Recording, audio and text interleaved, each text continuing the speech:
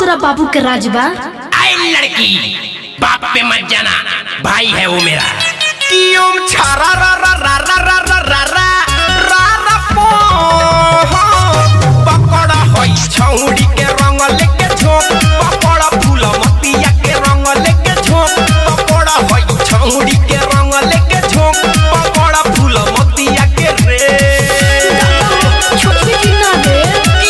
छारा रा रा रा रा रा रा रा रा रा पो पकड़ा होई छौड़ी के रंग लेके झोंक, पकड़ा होई छौड़ी के रंग लेके झोंक, पकड़ा फूल मतिया के रे।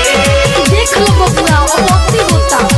अरे पुराना मानो होली हो, होली हो रंग लगावे तो होली हो, होली हो, होली हो।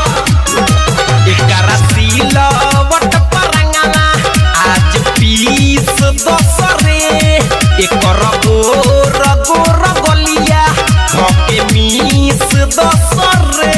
हो तो माई से कह दे। हो देखो भागतिया योगवे से जाके तोनी रोक। रे पता ना छोड़बे कि ना रे। ए भाइयों दरियावतिया। अरे तो देह को काय चोड़ तारी दूरे से डाल। कियो छारा रा रा रा रा रा रा रा रा रा रा पो पकड़ा फूल मतिया के रंग लेके झोंक, पकड़ा होई छौड़ी के रंग लेके झोंक, पकड़ा होई छौड़ी के रंग लेके झोंक, पकड़ा फूल मतिया के रे। कियो छारा रा रा रा रा रा रा रा रा रा रा पो पकड़ा होई छौड़ी के रंग लेके झोंक, पकड़ा फूल मतिया के रंग लेके झोंक, पकड़ा फूल मतिया के रे। सारा रा रा रा रा सारा रा रा रा रा सारा रा रा रा रा सारा रा रा रा रा। DJ Vikas Riga Sitamarhi presented by lovely films production. उठावा चाटल जाई रे, गलिया काटल जाई रे, एकरा छतिया से छतिया अपन साटल जाई रे। हो तो कुटइबो तू। मरबू का तोरा मटाली के होली में बदल दस एकर रोक।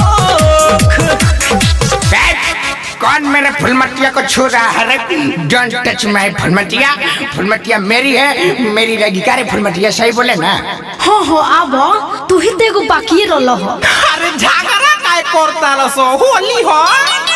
कियो छारा रा रा रा रा रा रा रा रा रा रा